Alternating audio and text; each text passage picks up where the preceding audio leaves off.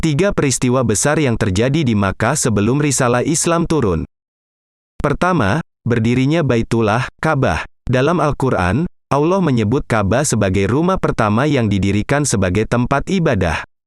Bahkan hingga saat ini, Ka'bah selalu ramai diziarahi seluruh umat Islam di dunia. Berkenaan dengan Ka'bah, Allah berfirman dalam surah Ali Imran ayat 96, yaitu, sesungguhnya rumah ibadah pertama yang dibangun untuk manusia adalah Baitullah yang berada di Makkah, yang diberkahi dan menjadi petunjuk bagi seluruh alam. Kedua, tempat kelahiran Nabi Muhammad SAW. Nabi Muhammad lahir pada 12 Rabiul Awal atau tanggal 23 April tahun 571 Masehi yang populer disebut Tahun Gajah di Makkah, Arab Saudi. Sejarah mencatat, lahirnya peradaban Islam dimulai sejak lahirnya Nabi Muhammad SAW. Beliau lahir di kampung Bani Hashim di kota Makkah. Tahun Gajah yang dikenal sebagai tahun kelahirannya disebabkan terdapat peristiwa datangnya pasukan gajah di bawah pimpinan Abrahah, penguasa Habsah, Ethiopia, yang hendak menghancurkan Ka'bah. Akan tetapi, Allah Subhanahu wa Ta'ala menggagalkan penyerbuan itu dengan mukjizat seperti dikisahkan diabadikan dalam Al-Quran Surat Al-Fil. Ketika pasukan gajah hampir sampai ke kota Makkah, mereka berhenti dan berbalik mundur. Hal ini dikarenakan serbuan dari kawanan burung ababil yang datang dengan melemparkan batu-batu kerikil panas ke arah Abrahah dan pasukannya. Peristiwa inilah yang melatar belakangi penisbahan Tahun Gajah pada tahun kelahiran Rasulullah SAW.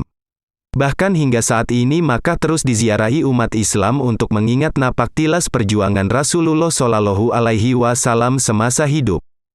Ketiga, turunnya wahyu pertama di Gua Hira. Gua Hira terletak di sebelah utara Masjidil Haram, sekitar 6 km, terdapat puncak Jabal Nur.